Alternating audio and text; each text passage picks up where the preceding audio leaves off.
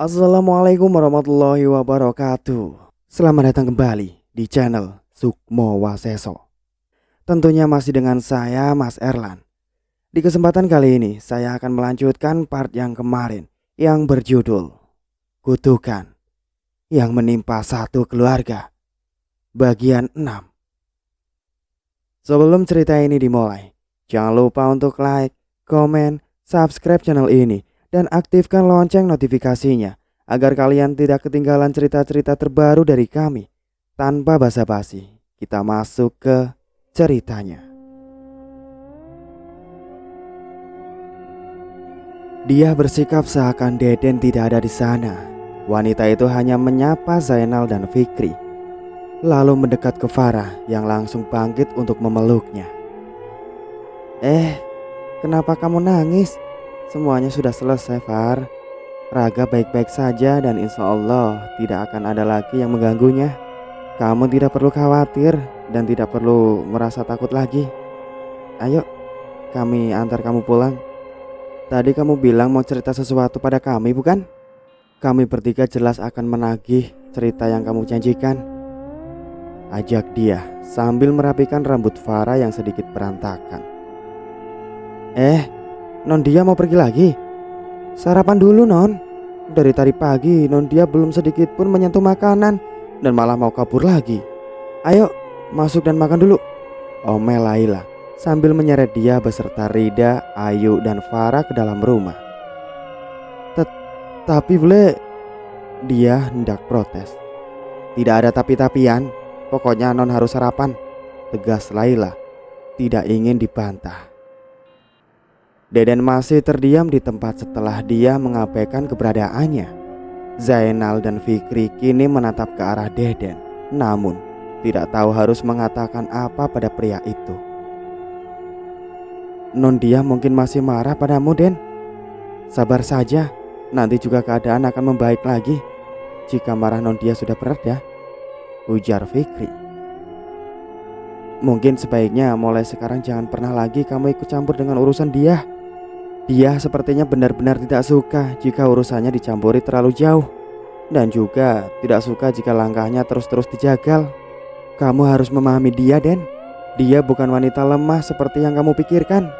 Bahkan Ayu pun tahu persis bahwa dia tidak membutuhkan pahlawan, tambah Zainal agar Deden paham. Deden pun mendadak tertawa. Namun entah mengapa tawanya terdengar cukup sinis bagi Fikri dan Zainal. Dia mengabaikan aku dan anggapan aku seakan tidak ada, hanya karena aku merasa khawatir akan keselamatannya.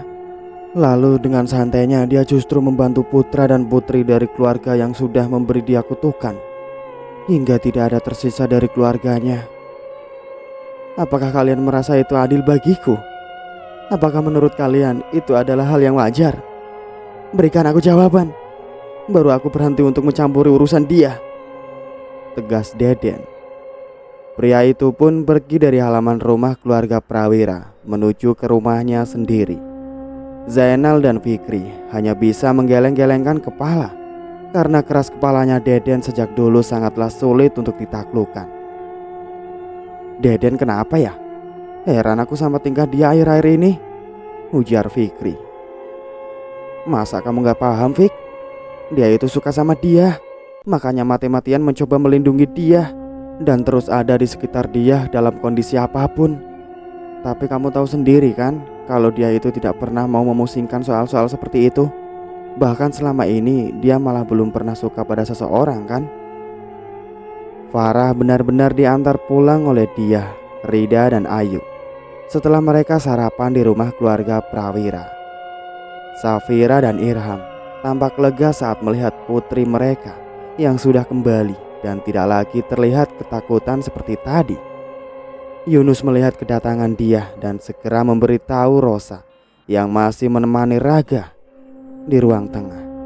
Raga sendiri ikut bangkit dari sofa saat mendengar dari ayahnya bahwa dia kembali ke rumah keluarga mereka. Aku kekenyangan, ungkap Farah.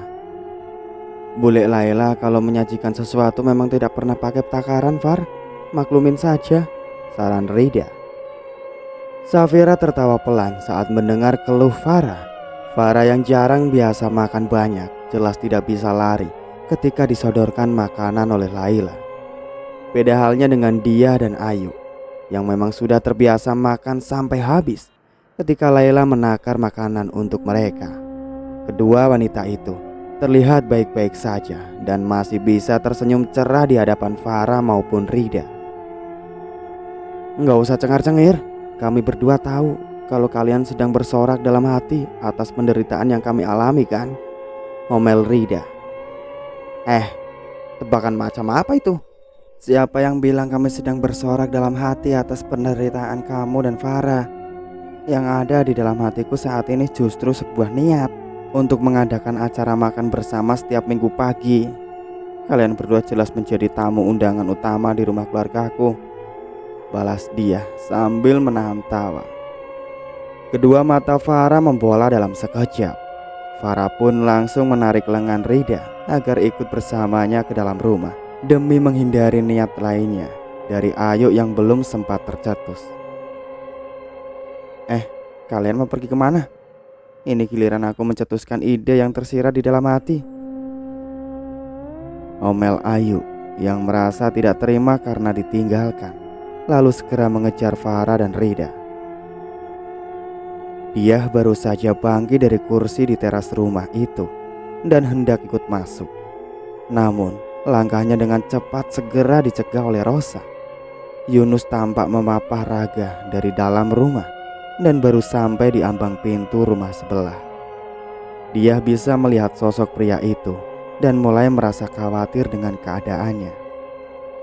Kami ingin bicara, ujar Rosa. Iya boleh, tapi bicaranya di rumah Anda saja ya, biar putra Anda bisa istirahat. Pasti jauh lebih butuh istirahat daripada ikut bicara denganku, tanggap dia. Raga mendengar hal itu. Diam-diam ia merasa senang karena dia ternyata peduli dengan keadaannya. Yunus pun kembali memapah Raga ke dalam rumah. Namun Raga menolak di bawah ke kamar. Pria itu ingin ikut berada di ruang tamu bersama kedua orang tuanya yang akan bicara dengan dia. Dia benar-benar datang ke rumah itu dan duduk pada sofa tunggal yang ada di hadapan sofa lainnya. Raga terus menatapnya, namun dia justru harus fokus pada Rosa dan Yunus. Begini, kami ingin berterima kasih atas apa yang sudah kamu lakukan untuk Raga, ujar Yunus memulai. Dia tampak mengubah ekspresi saat mendengar Yunus bicara. Hal tersebut jelas membuat Rosa dan Yunus ingin tahu alasan dia di balik perubahan ekspresi itu. Maaf, boleh aku sedikit meralat yang Anda katakan? Tanya dia. Silahkan, Yunus memberi izin.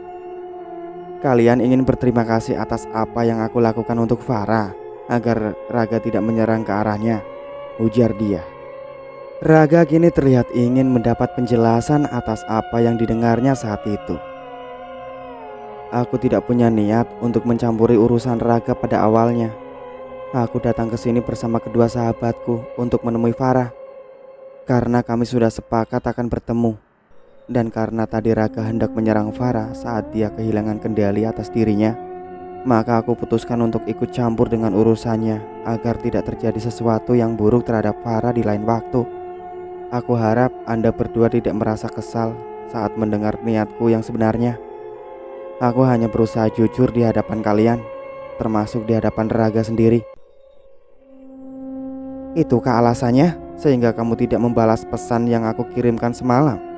Karena kamu tidak pernah memiliki niat untuk menjadikan aku sebagai orang yang perlu kamu perhatikan?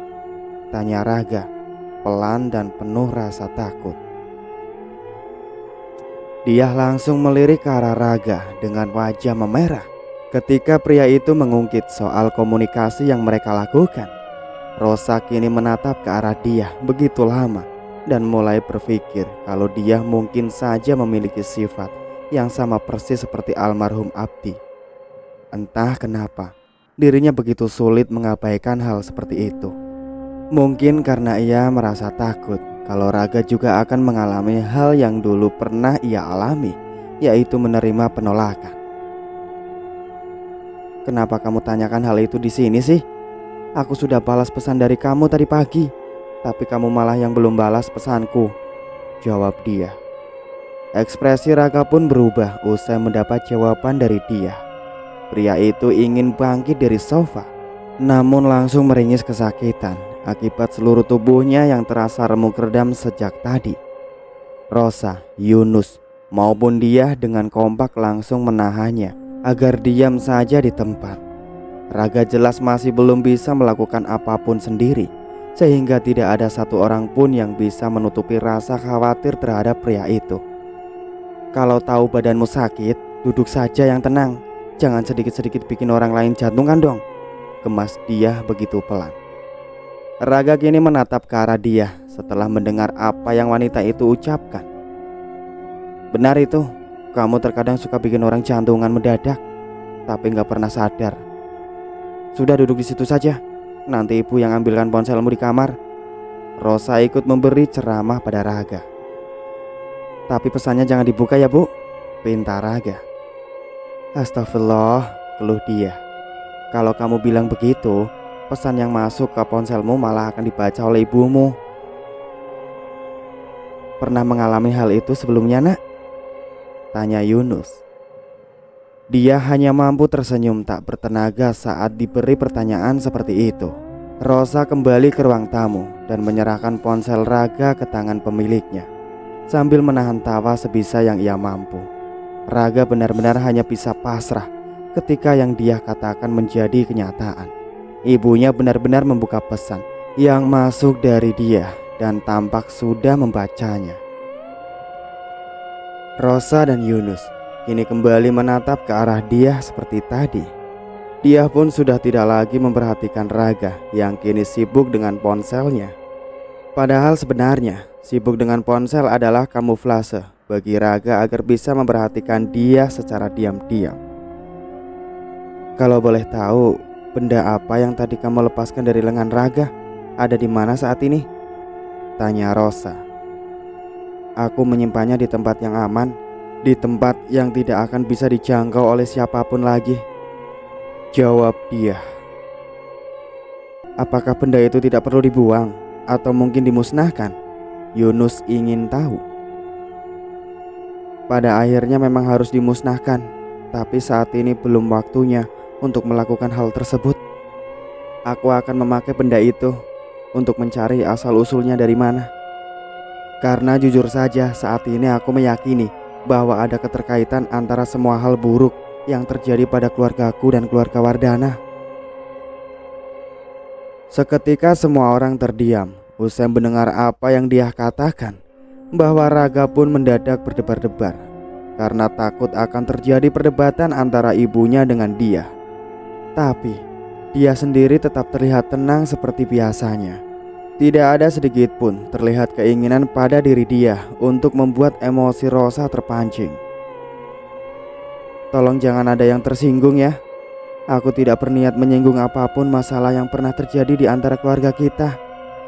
Aku hanya butuh mendapatkan jawaban dan juga penyelesaian atas masalah yang sudah aku hadapi selama 12 tahun terakhir. Aku bahkan tidak berniat sedikit pun untuk melibatkan keluarga Wardana dalam urusanku. Tujuanku adalah tujuanku. Tidak perlu ada yang ikut campur atau aku melibatkan demi tujuan itu, jelas dia. Dan bahkan kamu tidak akan mengungkit soal kutukan yang diucapkan oleh bapakku di masa lalu. Rosa tidak bisa mengabaikan kenyataan yang satu itu. Aku tidak percaya kutukan. Aku percaya hanya sama Allah. Meski kenyataannya seluruh anggota keluargaku meninggal dunia setelah mengalami sakit yang sama dan dalam jangka waktu yang sama, aku lebih memilih menganggap hal itu sebagai takdir yang sudah Allah tuliskan untuk keluargaku. Aku akan jauh lebih senang jika bisa menemukan siapa dalang sebenarnya di balik semua peristiwa yang terjadi pada keluargaku. Karena apa? Karena jika memang kutukan dari almarhum bapak Anda adalah penyebabnya, maka seharusnya hal itu sudah terjadi sejak ibuku belum melahirkan satu orang anak pun. Kenapa harus menunggu balasan tahun sampai akhirnya kutukan itu benar-benar berjalan untuk keluargaku? Benar kan? Lebih masuk akal bukan? Rosa terlihat seperti sedang memikirkan sesuatu yang dia ucapkan. Yunus dan Raga paham bahwa Rosa jelas merasa bersalah karena pernah membiarkan almarhum Sutomo mengucapkan kutukan untuk keluarga Prawira.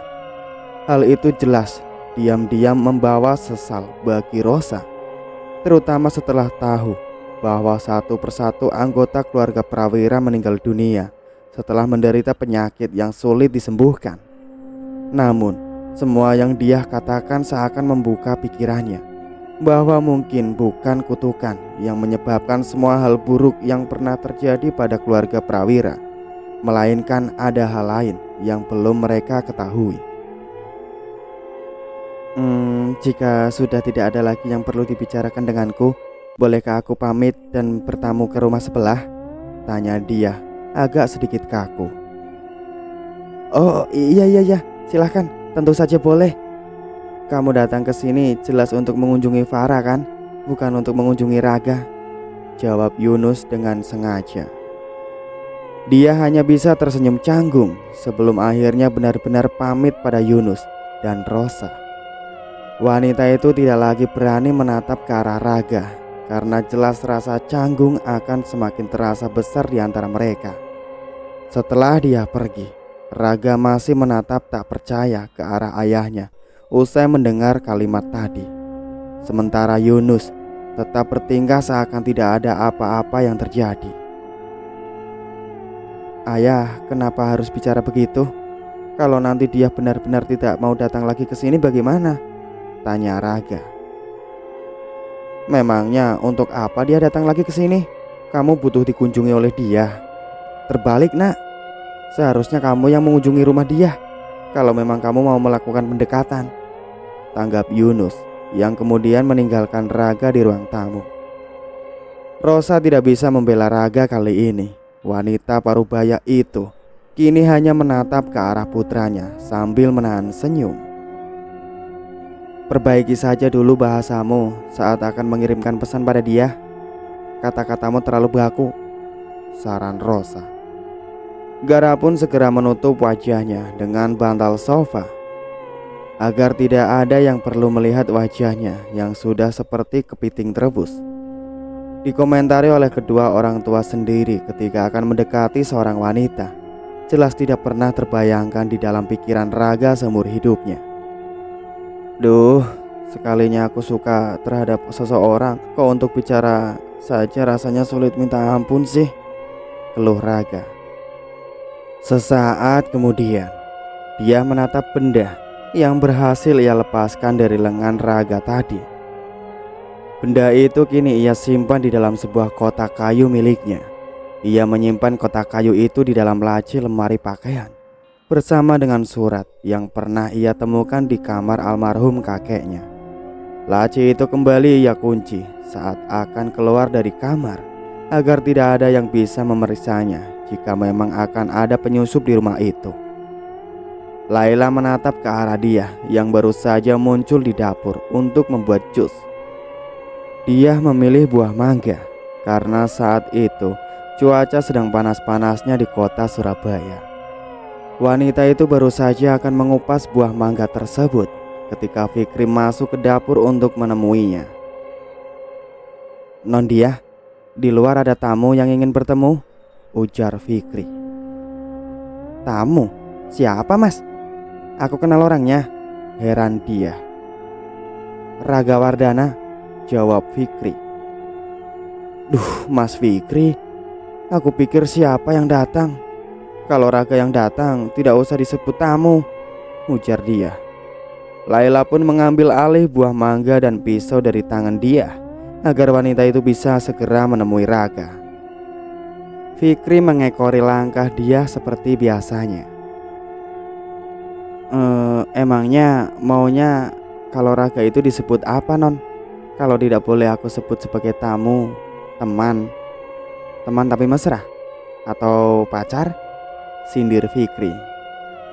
Dia langsung menghentikan langkahnya dan berbalik untuk menatap Fikri seraya tersenyum panik. Mas, tolong mulutnya dikondisikan ya. Jangan sampai Raga mendengar yang Mas Fikri katakan.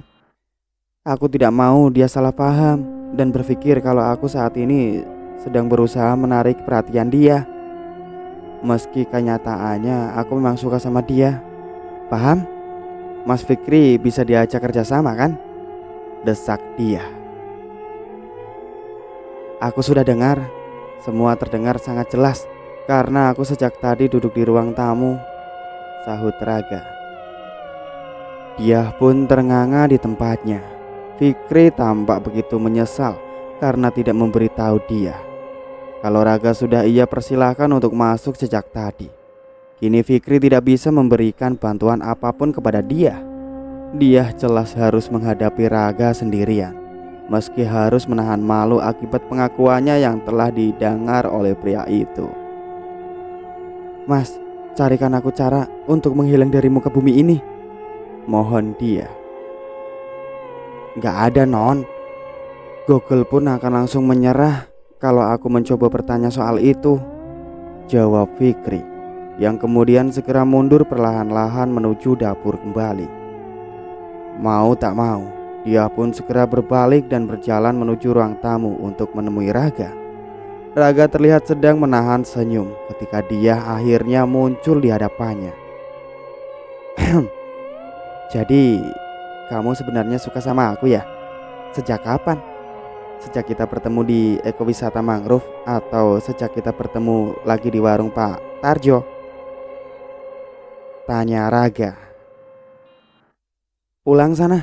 Kalau tujuanmu datang ke sini cuman untuk mempermalukan aku, titah dia. Raga pun segera meraih lengan dia dan menuntunnya untuk duduk tepat di samping pria itu. Senyuman di wajah Raga semakin mengembang saat tahu kalau dia bisa merasa malu, tapi tetap memilih mengomel daripada bertingkah malu-malu kucing seperti wanita pada umumnya. Kamu malu? Malu kenapa? Kalau memang suka sama aku tinggal bilang saja kan? Aku gak akan marah kok, ujar Raga. Fikri yang seharusnya membawakan jus mangga ke hadapan dia dan Raga mendadak berhenti kemudian tertawa geli di tempatnya secara diam-diam. Meski begitu, Fikri tetap meneruskan langkahnya hingga benar-benar sampai ke ruang tamu. Aku bisa dengar suara tawamu, Mas Fikri. Jadi jangan memasang wajah seakan kamu tidak ikut serta ya mengejek aku sore ini. Dan jangan coba-coba membocorkan apapun ya mas, desis dia. Iya non dia tenang saja. Apa yang terjadi di ruang tamu ini sejak tadi insya Allah tidak akan bocor ke telinga Mas Zain, janji Fikri agar dia tidak terus merasa malu. Setelah Fikri kembali lagi ke dalam, dia pun menatap ke arah Raga. Ada perlu apa sehingga kamu datang ke sini? Tanya dia. Memangnya kalau aku datang ke sini harus ada perlu dulu ya? Memangnya kalau aku cuma ingin bertemu kamu tidak boleh sampai datang ke rumah ya? Raga balas bertanya sambil menahan-nahan senyum. Dia pun akhirnya ikut menahan-nahan senyum seperti yang Raga lakukan saat itu. Ia benar-benar tidak tahu mau bicara apa saat berhadapan dengan Raga secara langsung. Ia tidak pernah menghadapi momen di mana dirinya harus berhadapan dengan pria yang ia sukai. Kali itu adalah pertama kalinya bagi dia, dan Raga tampaknya sangat memahami hal itu. Ayo bicara di luar.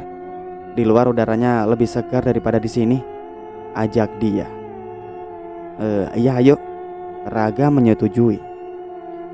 Dia membawa 2 gelas jus mangga yang Fikri bawakan tadi saat keluar rumah.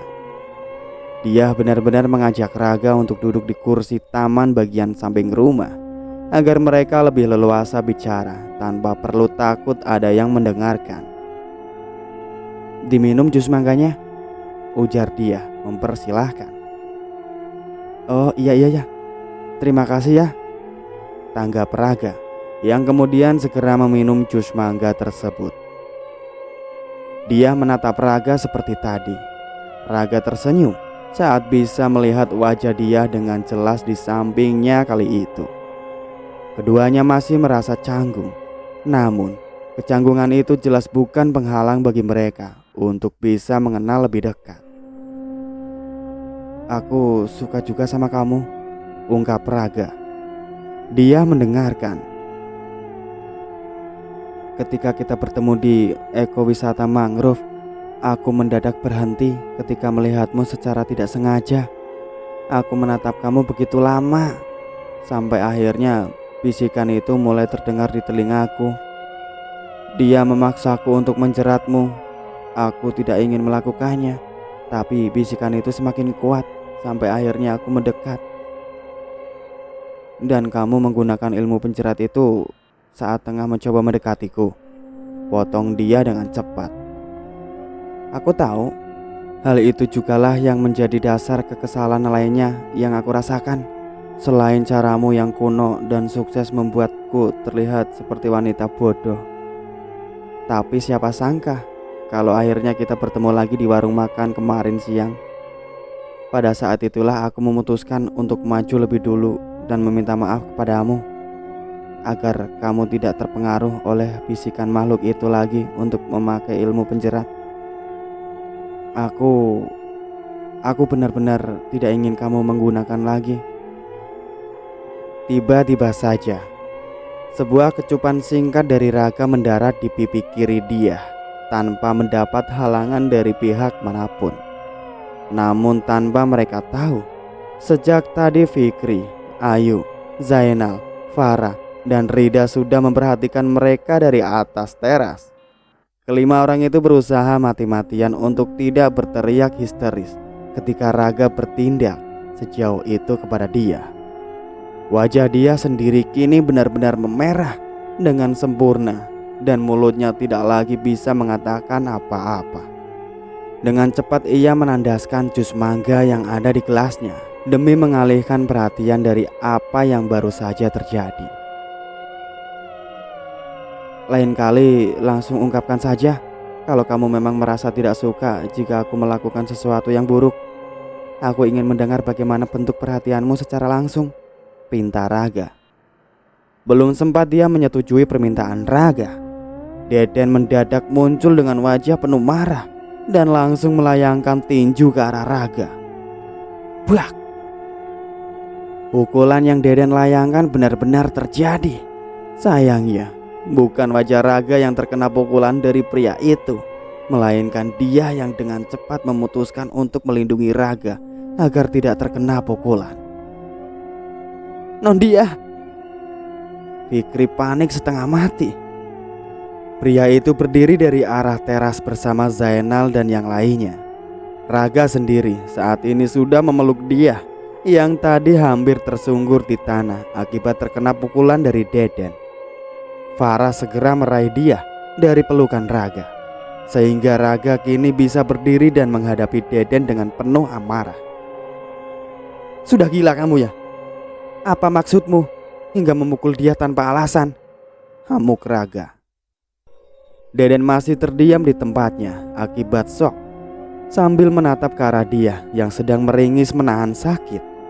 Ia tidak menyangka kalau dia akan melindungi Raga dan membiarkan wajahnya terkena pukulan.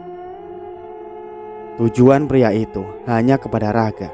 Ia merasa tidak terima saat tak sengaja melihat Raga mencium pipi dia dari balik jendela kamarnya.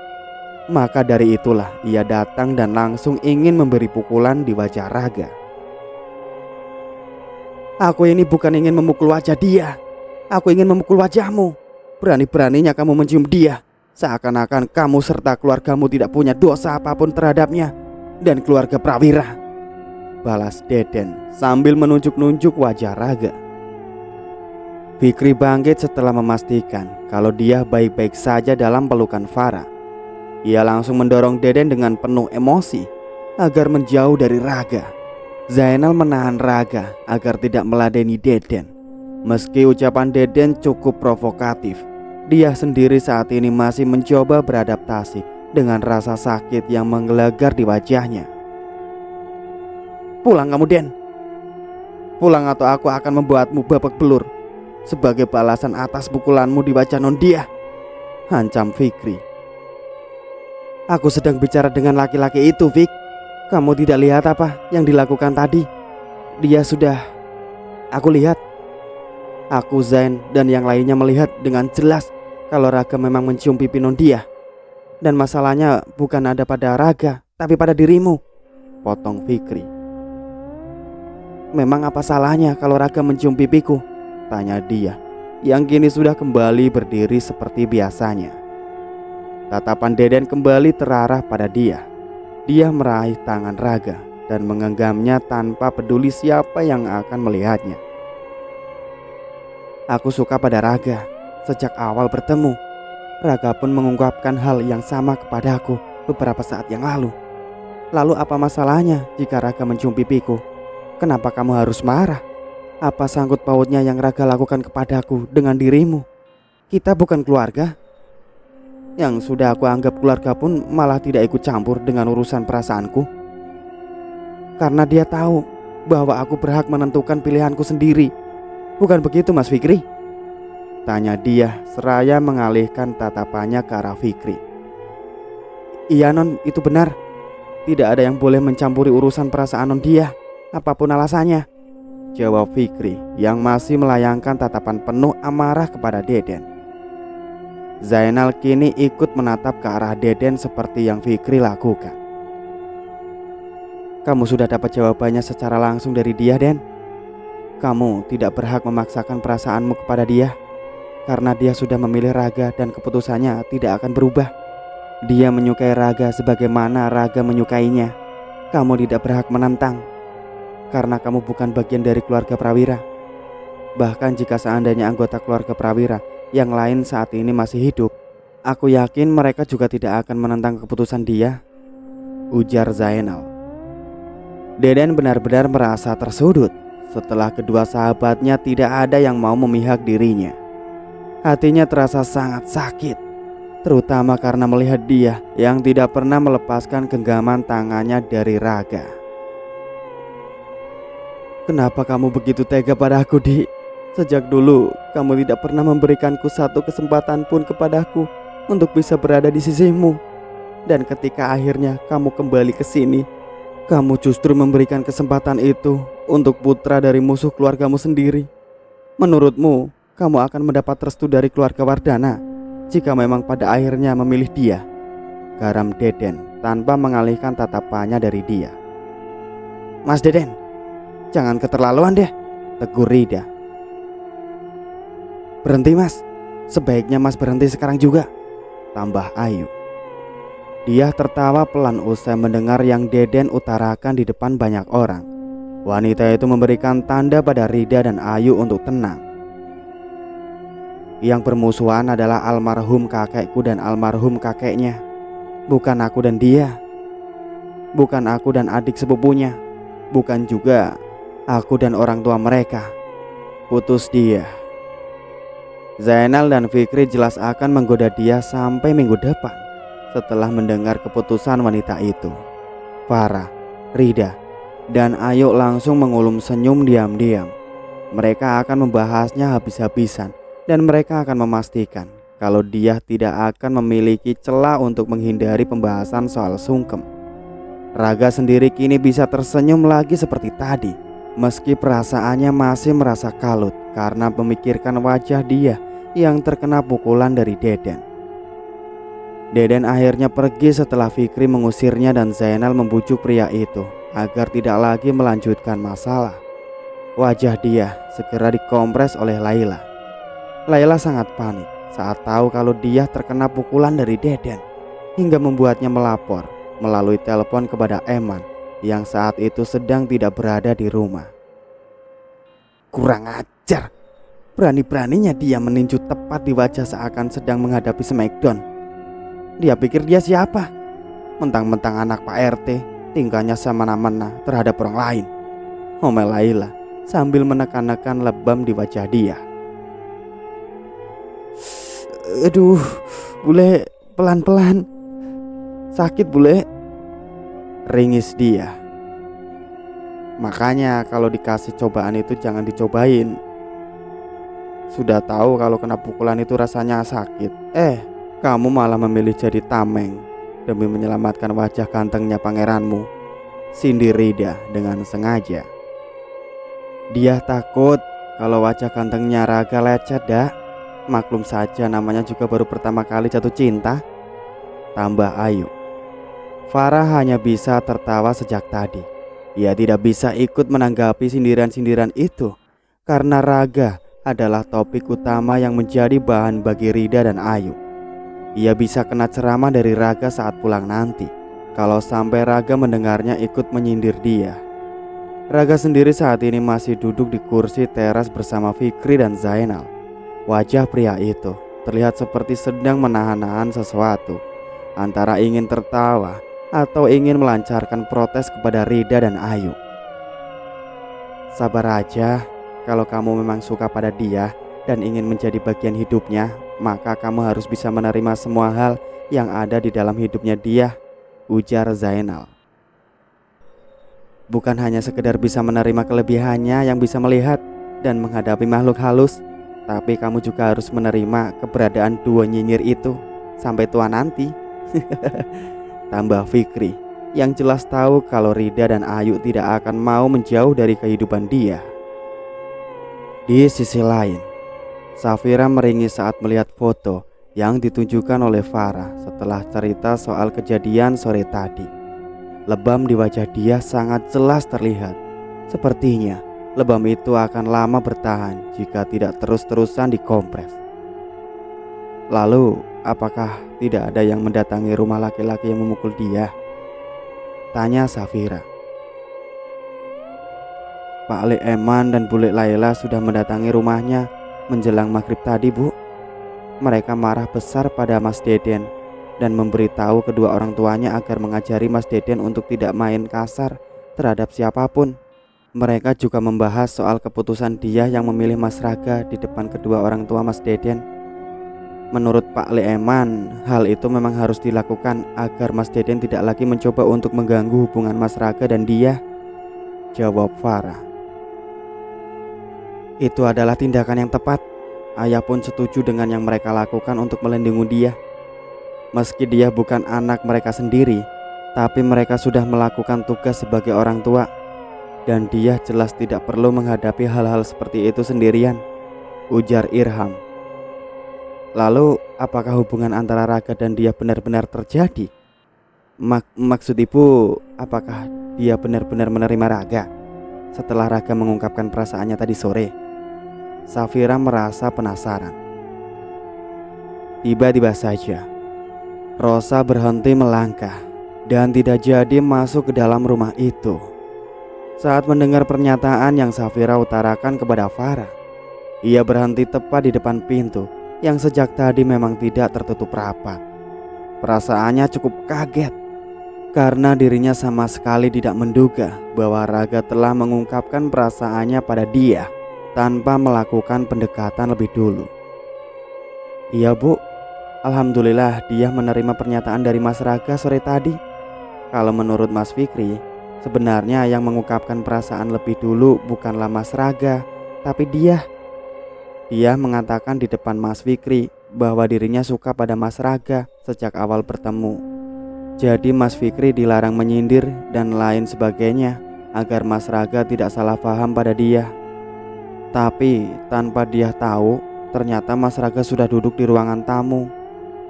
Jelas Farah sambil menahan tawa. Irham pun tertawa karena tidak bisa membayangkan bagaimana canggungnya dia saat akhirnya ketahuan oleh Raga. Safira menutup kedua matanya sambil tersenyum. Dirinya sadar tidak akan bisa menempati posisi dia jika sampai tertangkap basah seperti itu.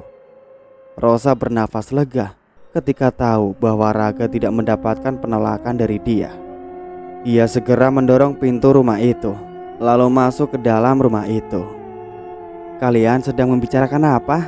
Kenapa tampaknya pembicaraan kalian penuh dengan tawa? Tanya Rosa. Kami sedang membicarakan soal calon menantumu, Mbak, jawab Safira tutup poin. Hah? Calon menantu? Wah, memangnya siapa?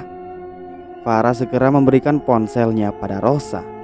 Ia memperlihatkan sesuatu pada Rosa, sehingga Rosa kini tampak tidak bisa mempercayai yang dilihatnya saat itu. Rosa segera mengembalikan ponsel, lalu segera keluar dari rumah itu untuk pulang ke rumahnya sendiri. "Kamu tadi memperlihatkan apa pada budemu?" tanya Safira. Singkat cerita, Rosa tiba di rumahnya dan langsung menuju ke kamar Raga. Raga sedang memeriksa berkas-berkas miliknya yang akan dibawa ke kantor besok pagi ketika Rosa masuk ke dalam kamar. "Ibu, ada apa? Kenapa wajah ibu terlihat? Kenapa kamu membiarkan dia sampai kena pukulan, nak? Kenapa kamu tidak mencegah dia melindungi kamu? Terus, kenapa juga kamu tidak bilang apa-apa sama ibu soal kejadian tadi sore? Kalau ibu tidak mendengar Farah membicarakan soal hubunganmu dan dia pada Pak Lek dan bulekmu, maka ibu tidak akan tahu apa-apa. Dan kalau Farah tidak memperlihatkan pada ibu soal kejadian pemukulan itu, maka ibu juga tidak akan tahu apa-apa," ungkap Rosa memotong ucapan dari Raga. Rosa merasa begitu marah karena Raga tidak mengatakan apapun padanya. Raga sendiri kini merasa bersalah karena tidak segera memberitahu orang tuanya mengenai yang ia lalui sore tadi. Ia tidak tahu kalau Rosa akan marah karena dirinya tidak mengatakan apapun, bukan karena sudah tahu soal hubungannya dengan dia. "Sekarang bilang pada ibu, bagaimana keadaan dia? Apakah dia baik-baik saja?" tanya Rosa. Dia baik-baik saja, Bu. Hanya saja wajahnya melebam akibat kena pukulan dari Mas Deden," jawab Raga sambil menundukkan kepalanya. "Deden mau memukulmu karena Deden juga suka pada dia?" "Iya, Bu." "Dan dia tetap memilihmu meski akhirnya tahu kalau Deden sudah lama suka padanya?" "Iya, Bu. Meskipun kamu tidak ganteng-ganteng amat, tidak sebaik pria lain, dan sedikit menyebalkan pada waktu tertentu, dia tetap memilih kamu." "Iya, Bu." "Dia kesambet apa ya sehingga tetap memilih kamu meski tahu kamu punya banyak kekurangan?" heran Rosa. "Ibu," protes Raga. Rosa pun langsung menahan senyum saat melihat wajah cemberut Raga yang kini sudah tidak menundukkan kepalanya. "Duh, segitu sewotnya kamu hanya karena ibu ragu atas kewarasan dia. Kamu benar-benar suka sama dia sejak pertama bertemu. Dia benar-benar semenarik itu di matamu?" Rosa ingin tahu. "Kenapa ditanya lagi sih, Bu? Aku malu kalau harus menjelaskan semua itu pada ibu," keluh Raga. "Kenapa harus malu? Kan kamu ceritanya pada ibu, bukan sama tetangga. Apa susahnya sih?" Tiba-tiba saja ada benda yang jatuh di atap rumah mereka. Raga dan Rosa terdiam seketika setelah mendengar suara benda jatuh di atas atap rumah mereka. Yunus yang sejak tadi ada di ruangan tengah serta hanya mendengarkan pembicaraan antara Rosa dan Raga segera masuk ke kamar Raga untuk memastikan keadaan istri dan putranya. "Suara apa itu ya? Kenapa ada lagi suara seperti itu? Padahal Raga sudah tidak terkait dengan ilmu penjerat," tanya Rosa. "Tidak tahu, Bu. Akan aku cari dulu ya. Kalian diam saja di sini," jawab Yunus. Tiba-tiba saja ponsel Raga berdering tepat sebelum Yunus pergi dari kamarnya. Raga mengangkat telepon itu karena melihat nama dia pada layar. "Hah? Jangan keluarga. Aku ada di luar dan akan menghadapi makhluk halus yang sepertinya diperintahkan untuk mengganggu penghuni rumahmu. Farah menghubungiku saat merasakan ada yang aneh di sekitar halaman depan. Jadi tetaplah di dalam bersama orang tuamu," jelas dia. "Iya, oke. Aku tidak akan keluar. Tapi kamu harus hati-hati. Jangan gegabah dan sebaiknya hindari jika makhluk itu masih bisa dihindari, mohon Raga." Dia menatap lurus ke arah atap rumah Raga, tepat ke arah Gendruwo yang saat ini sedang bertengger di sana. Fikri yang ada di sampingnya justru menatap ke arah sebuah pohon kelapa yang terletak di bagian samping rumah tersebut. "Mana Gendruwonya, Non?" Kok nggak ada tanda-tanda keberadaan di atas pohon itu? Tanya Fikri. Dia pun langsung menarik lengan Fikri, lalu mengarahkan kepala pria itu agar tatapannya terarah pada atap rumah Raga. Gendruwonya ada di atas atap itu, Mas.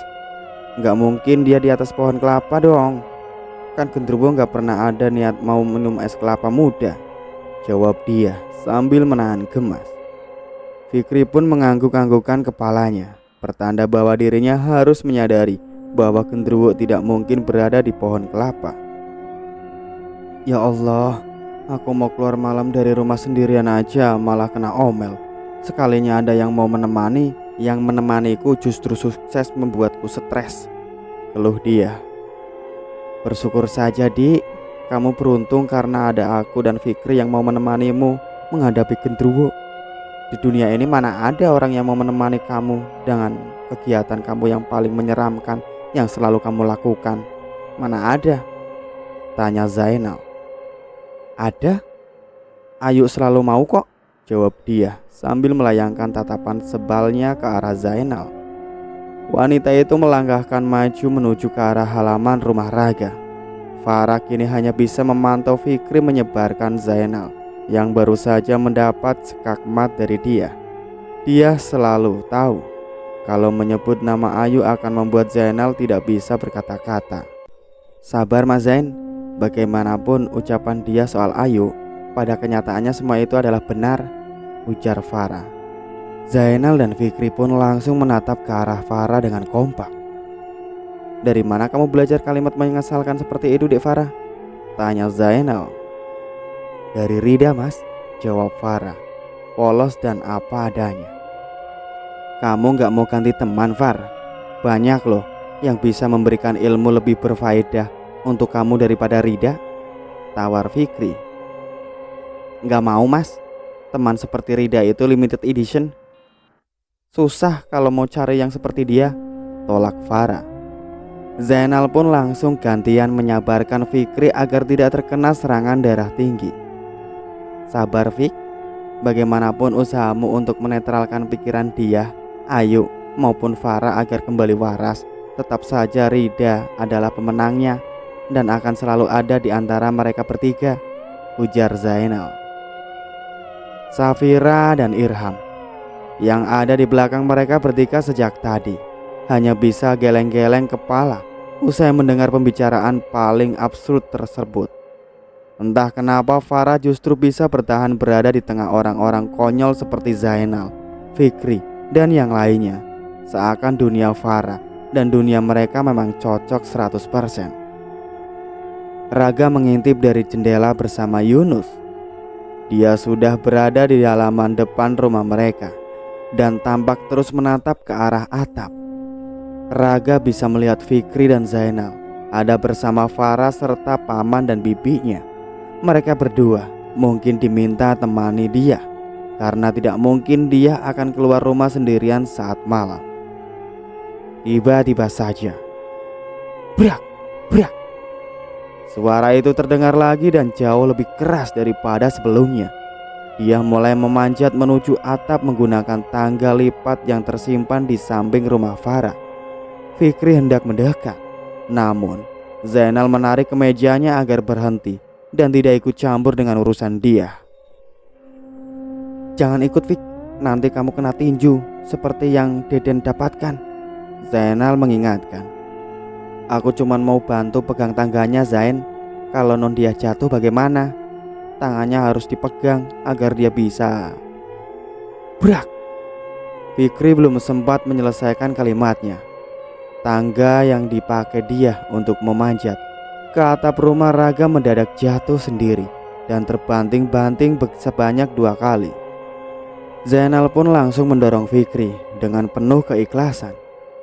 Nah, monggo, pegang sana. Ikhlas aku kalau kamu mau memegangi tangganya setelah bisa bergerak sendiri seperti itu, Zainal mempersilahkan. Duh, kalian kalau nggak bertengkar apa langsung nggak sakit ya? Keadaan lagi mencekam, kok sempat-sempatnya bertengkar dan saling dorong lagi, omel Farah. Rosa bersembunyi di pelukan suaminya saat melihat tangga yang dia pakai jatuh. dan bergerak sendiri di halaman. Itu tangganya kok bisa bergerak sendiri? Tanya Rosa. Mungkin makhluk yang sedang dia hadapi merasa marah, Bu. Karena tujuannya untuk mengganggu kita tidak berhasil dilakukan. Makanya tangga itu sengaja dibuat jatuh agar dia tidak bisa turun dengan mudah, jawab Raga. Tiba-tiba saja, brak, brak. Nondia, jangan terlalu ke pinggir, seru Fikri. Gendruwonya yang mendorongku, Mas. Bukan mauku berdiri di pinggir, sahut dia sambil menahan serangan yang datang ke arahnya. Maju-maju dikit. Kalau kamu jatuh pasti... Zainal berhenti sejenak untuk memikirkan kalimat yang cukup waras.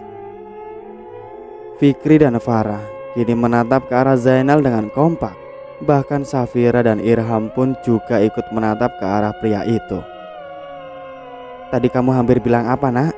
Sebelum melanjutkan kalimatmu, kenapa mendadak berhenti di tengah-tengah? Tanya Irham. Anu, Pak. Tadi aku hampir bilang kalau kamu jatuh pasti ke bawah, Pak De, jawab Zainal jujur. Fikri langsung menahan nafasnya dalam-dalam demi menahan keinginannya untuk menceramahi Zainal. Farah segera menenangkan Fikri agar Fikri tidak mengeluarkan unek-uneknya terpendamnya kepada Zainal. Sabar ya Mas Fikri, sabar ya aja. Nanti aku bantu laporin ke Ayu soal kelakuan Mas Zain, bujuk Farah. Sesuatu sepertinya jatuh ke bawah dan meledak. Namun saat diperhatikan, tidak ada apapun yang jatuh atau meledak di halaman depan rumah Raga. Dia hendak turun dari atap. Fikri segera mengambil tangga yang tadi jatuh agar dia bisa memakainya kembali. Setelah dia sampai di bawah, wanita itu segera mendekat pada bagian sudut halaman yang tampak sedikit berantakan.